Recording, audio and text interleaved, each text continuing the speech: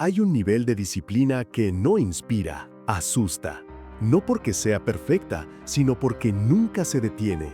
Lo ves en esas personas que repiten lo mismo cada día, sin descanso, sin queja, sin excusas. Y mientras todos los demás los llaman obsesivos, ellos solo siguen, una y otra vez. No lo hacen por motivación, ni siquiera por fuerza de voluntad. Lo hacen porque ya no pueden ser de otra forma. Su disciplina dejó de ser una elección y se convirtió en una identidad.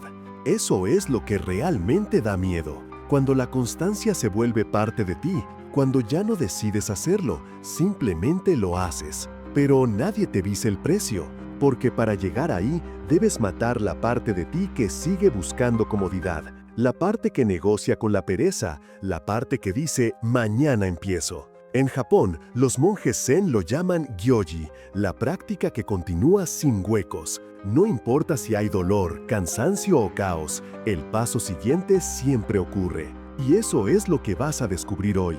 Cómo alcanzar ese nivel de disciplina aterradora que transforma completamente tu identidad. Suscríbete ahora, deja tu comentario con la frase "Yo soy disciplina" y acompáñame hasta el final, porque lo que estás a punto de aprender va a cambiar para siempre tu relación con la fuerza de voluntad. Rafael no era flojo. Era inteligente, trabajador, ambicioso, pero había algo que lo perseguía desde siempre. No podía sostener ningún hábito más de 2 semanas. Empezaba con fuego y terminaba en cenizas. El lunes motivado, el miércoles dudando, el viernes rendido y el domingo prometiéndose que el lunes ahora sí cambiaría.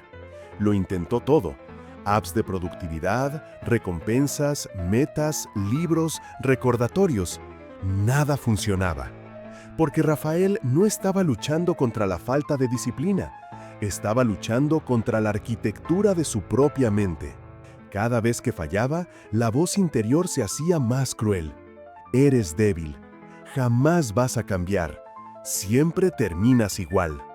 Y sin darse cuenta, cada intento fallido se convertía en prueba de que tal vez simplemente no estaba hecho para eso.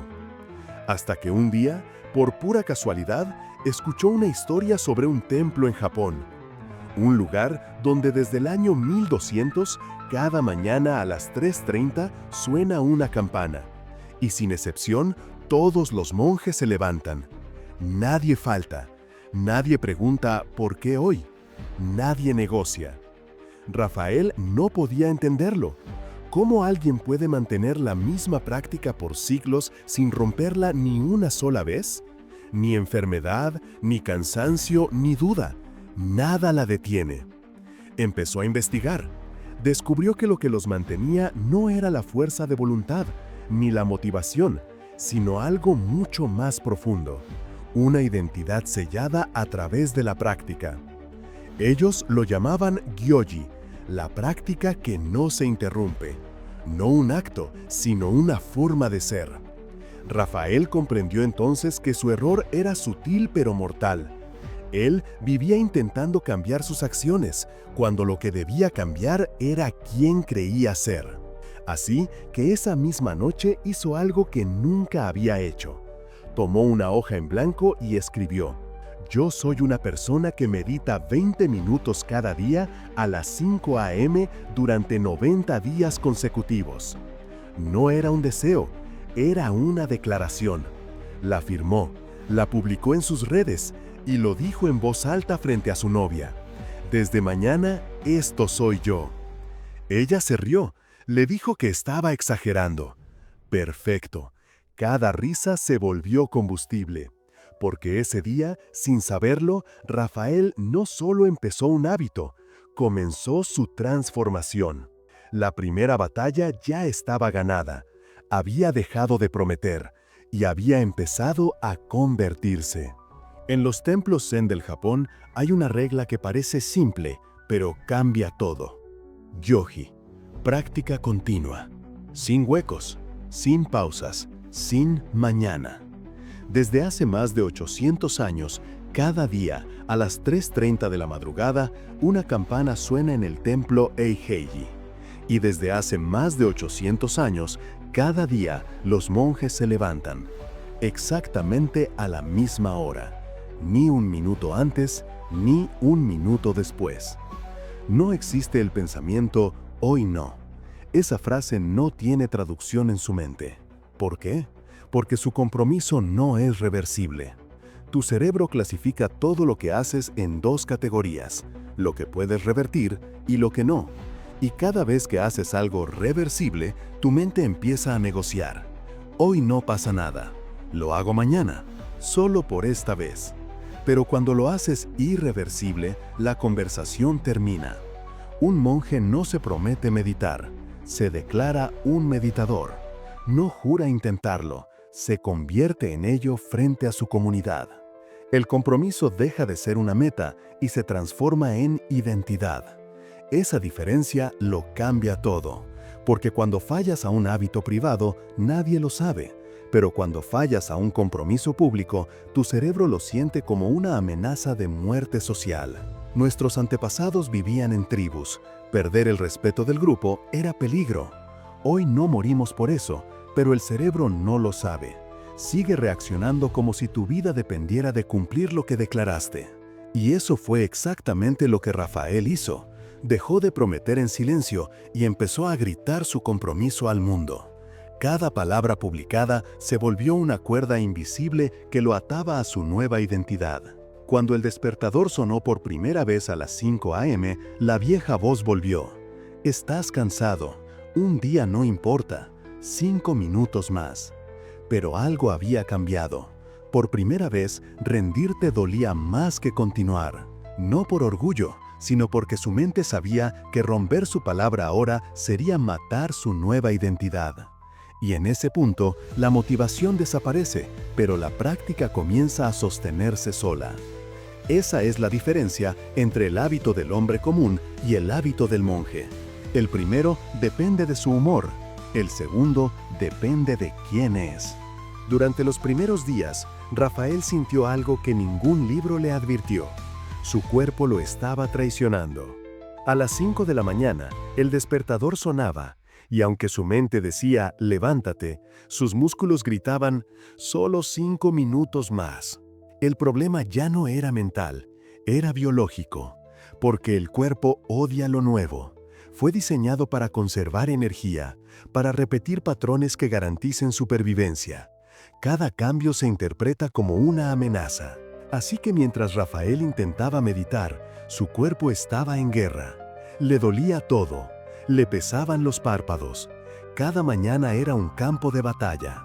Había eliminado la negociación mental, pero aún debía domar al enemigo físico, el cuerpo que busca placer y descanso por encima de propósito. Los monjes Zen tienen una regla para eso. Las horas no se negocian. No es cuestión de gusto ni de motivación, es cuestión de estructura. El cuerpo se programa igual que una máquina. Si repites un horario exacto, el sistema empieza a adaptarse. Rafael entendió que debía eliminar una pregunta. ¿Cuándo lo hago? Cada vez que decidía entre hacerlo ahora o después, gastaba energía mental. Quemaba la misma glucosa que necesitaba para practicar. Así que fijó una hora, 5 a.m., inamovible. No porque amara madrugar, sino porque el mundo dormía. No había mensajes, no había ruido, no había excusas. La primera semana fue brutal. Cada mañana su cuerpo pedía tregua, pero al cabo de 2 semanas algo extraño ocurrió. Comenzó a despertarse 2 minutos antes del reloj. Su cuerpo estaba aprendiendo. El dolor no había desaparecido, pero había perdido poder. Y una mañana, sin pensarlo, sus pies tocaron el suelo antes de que su mente pudiera protestar. Ahí entendió la verdad que nadie quiere aceptar. No necesitas sentirte listo para actuar. Solo necesitas actuar hasta que tu cuerpo aprenda quién manda. Ese fue el primer día en que Rafael dejó de resistirse y empezó a obedecerse. Cuando Rafael entendió que su cuerpo era predecible, descubrió algo aún más profundo. La mente es débil cuando el tiempo es flexible. Cada mañana, antes del cambio, su mente jugaba el mismo juego. ¿Lo hago ahora o más tarde? ¿Antes de desayunar o después? ¿A las 5 o a las 6?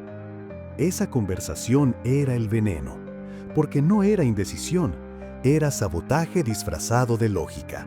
Cada tal vez después consume la energía mental que deberías usar para actuar. Y esa pérdida diaria, invisible, es lo que destruye la constancia. Los monjes Zen lo resolvieron hace siglos con una regla tan sencilla que parece absurda. La hora no se elige, se obedece. A las 3:30 suena la campana y todo ocurre, sin pensar, sin negociar, sin cuestionar. Rafael aplicó lo mismo, 5 a.m., sin excepciones. El reloj se volvió su nuevo maestro. Durante los primeros días, la mente protestó. Buscaba excusas elegantes. Dormiste poco. No te sientes bien. Hoy podrías hacerlo en la tarde. Pero el tiempo fijo no da espacio para excusas. No requiere motivación, solo obediencia. Y poco a poco, el cerebro comenzó a ceder. El horario dejó de sentirse impuesto y empezó a sentirse natural. El cuerpo, la mente, el entorno, todo se alineó. A las 4:59 su respiración cambiaba. A las 5 el movimiento comenzaba, sin esfuerzo, sin voluntad, solo impulso. Ahí comprendió algo que nunca olvidaría. La libertad no se encuentra en hacer lo que quieras, sino en eliminar la necesidad de decidir. Porque decidir cansa, elegir desgasta. Pero cuando tu práctica tiene una hora sagrada, tu energía deja de dispersarse. Esa fue la segunda puerta que cruzó Rafael, la puerta de la obediencia consciente, donde el reloj deja de ser una jaula y se convierte en tu camino hacia la liberación. La mayoría de las personas no fallan porque son débiles, fallan porque se detienen. Rafael había superado la pereza, había fijado su hora, pero aún no entendía el principio que separa a los constantes de los inmortales, la continuidad sin grietas. En el templo, los monjes dicen, la práctica muere en el espacio entre dos respiraciones. Ese espacio, ese hueco, es donde la mente antigua vuelve a colarse, donde tu viejo yo recupera poder.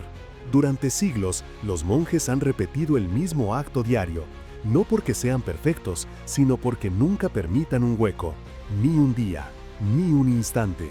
Rafael, en cambio, aún cargaba una idea equivocada, que debía hacerlo perfecto.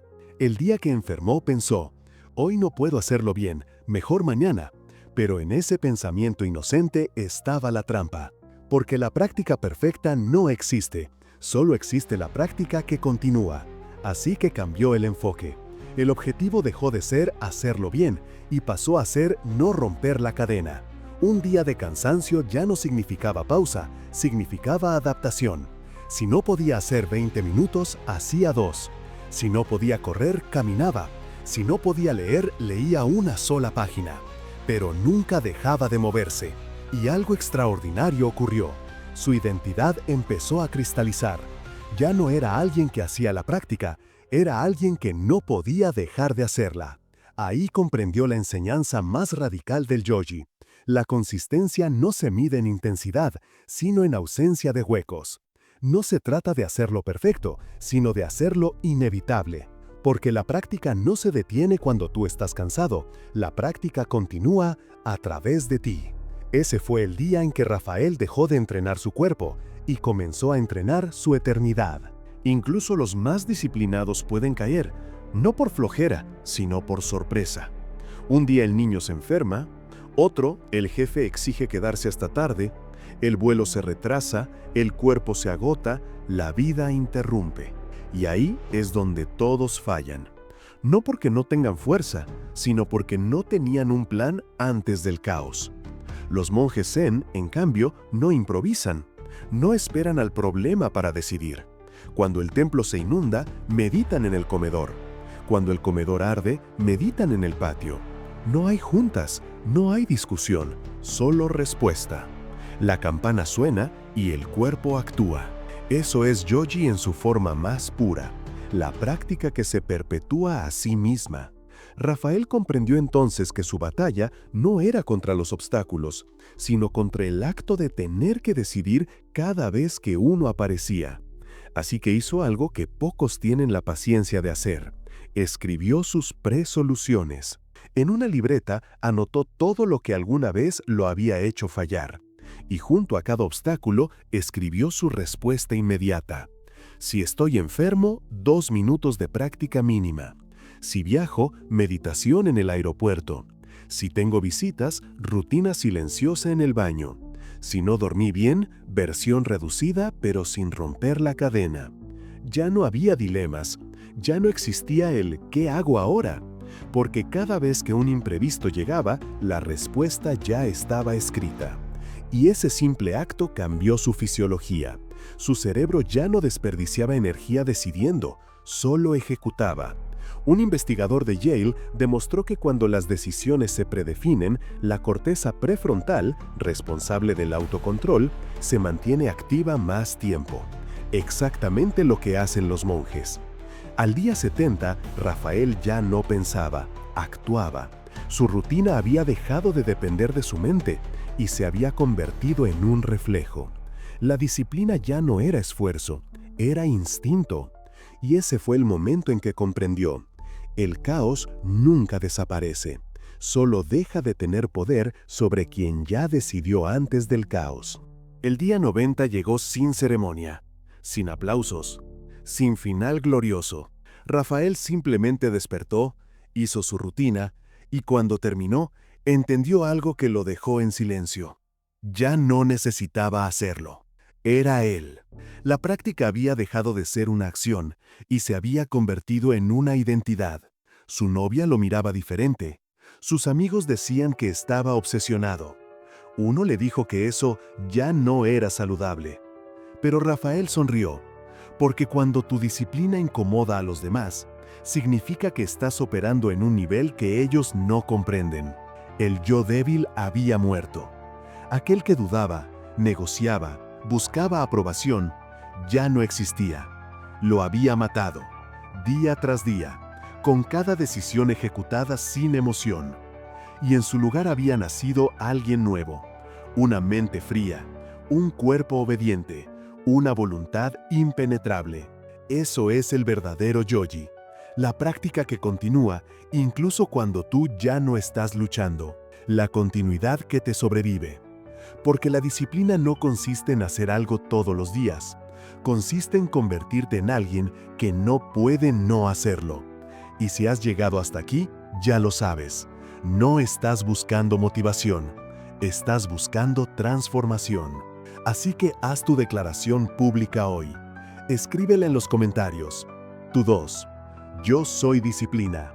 Y si este mensaje te hizo ver la disciplina desde otro ángulo, suscríbete al canal y activa la campanita para seguir construyendo juntos la mentalidad que asusta, porque no se detiene.